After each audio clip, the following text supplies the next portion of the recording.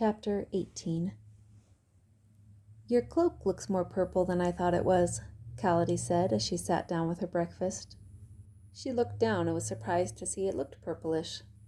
Maybe it's the lighting. How'd you sleep? Callady asked and took a bite. Not bad at all. I think I was too tired to even dream. I don't think I ever dream, Callady said. They looked at each other, surprised by each other's answer.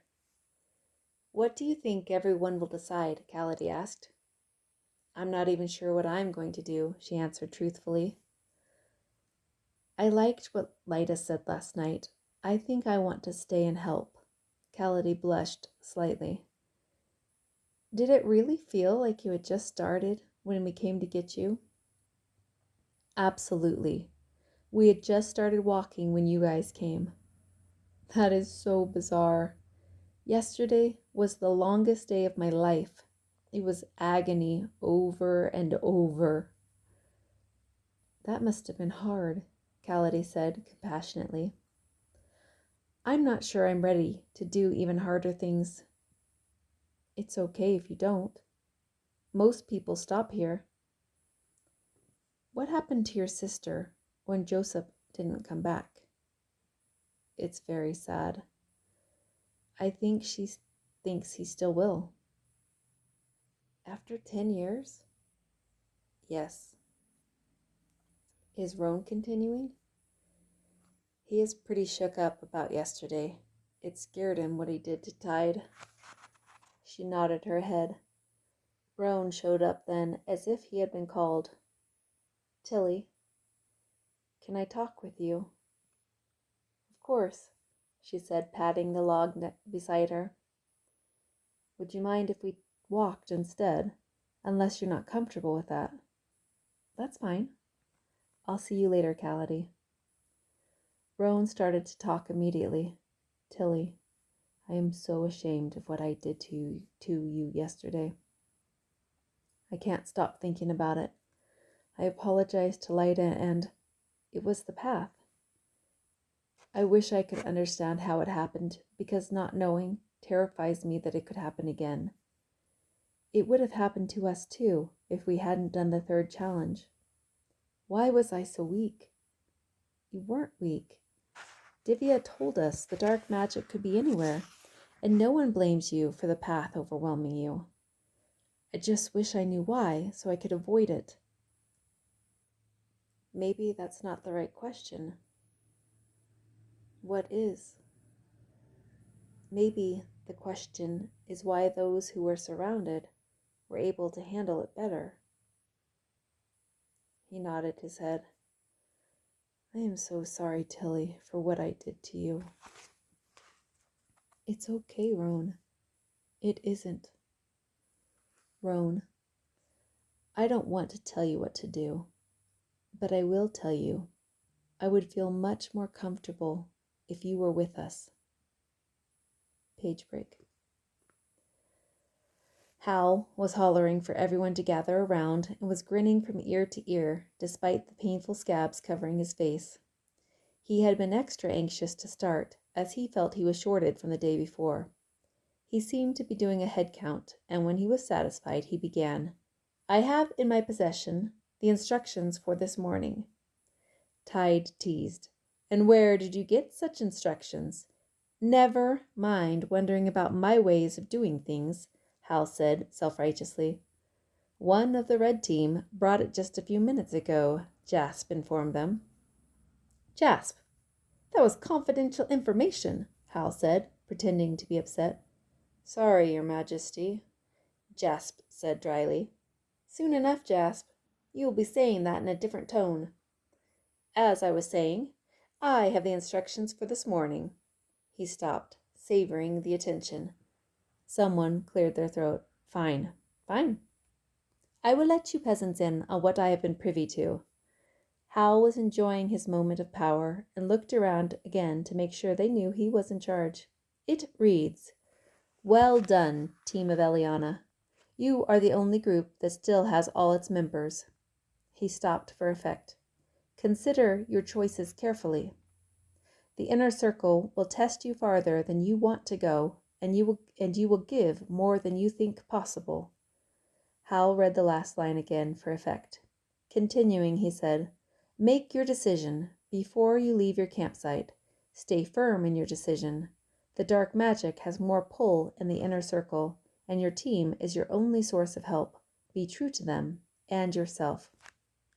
"Okay, I'm ready," Hal announced. "We all knew this was coming, so let's go." A deep foreboding had fallen on her heart, and she wondered again if she should go.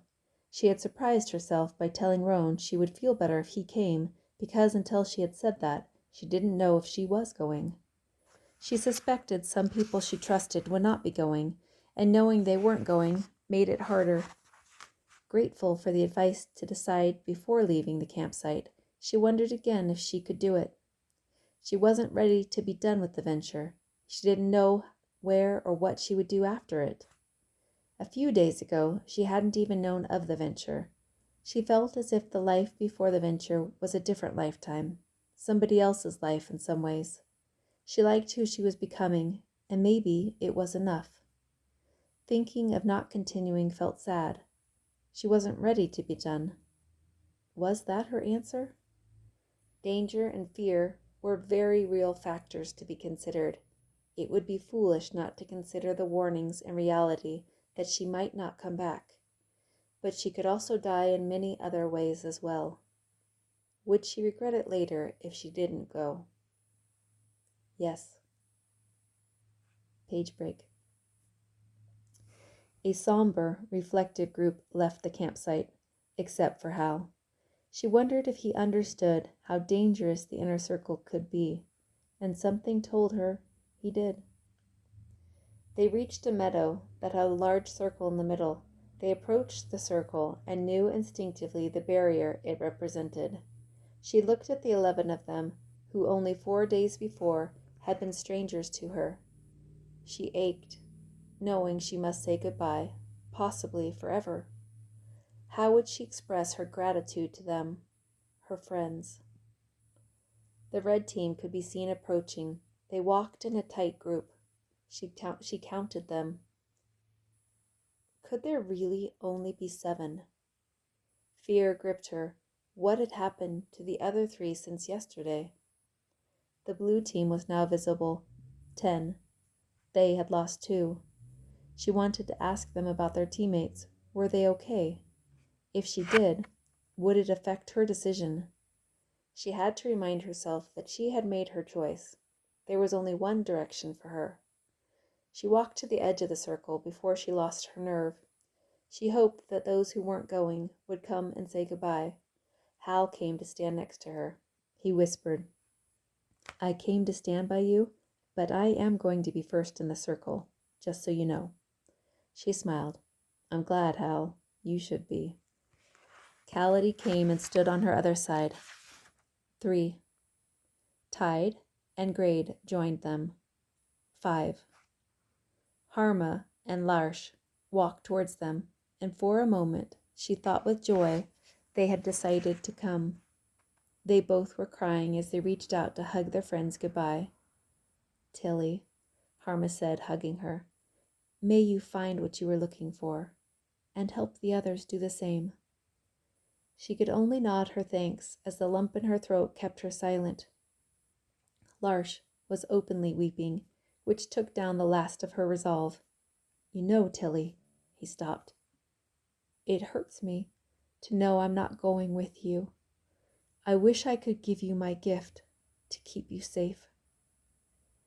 Choking back her sobs, she looked at him with eyes that said what she could not. Pete and Jasp had followed Larsh and Harma and were also saying their goodbyes. She looked to see Lyda, Sissa, and Roan watching. The blue and red team adopted their own lines and were saying their goodbyes. Lyda and Sissa walked to the line. She watched to see if they had come to say their goodbyes. Sissa let out a cry when she realized Lyda was staying. She flung herself around her sister's shoulders and sobbed. Lyda let her cry, but then gently pulled her arms off her and held her hands.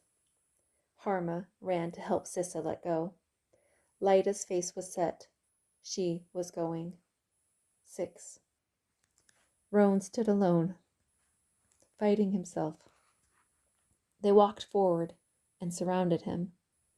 He bowed his head and let out a deep sigh. 7.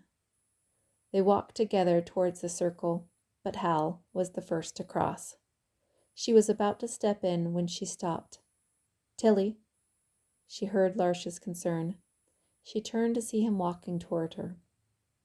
Why did you stop, Tilly? I knew I would regret not telling you how much I needed you. It's okay, Tilly. I know.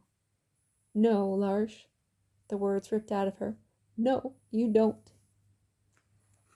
He held her tightly as she said, I needed you, and now I have hope. I can fight the dark.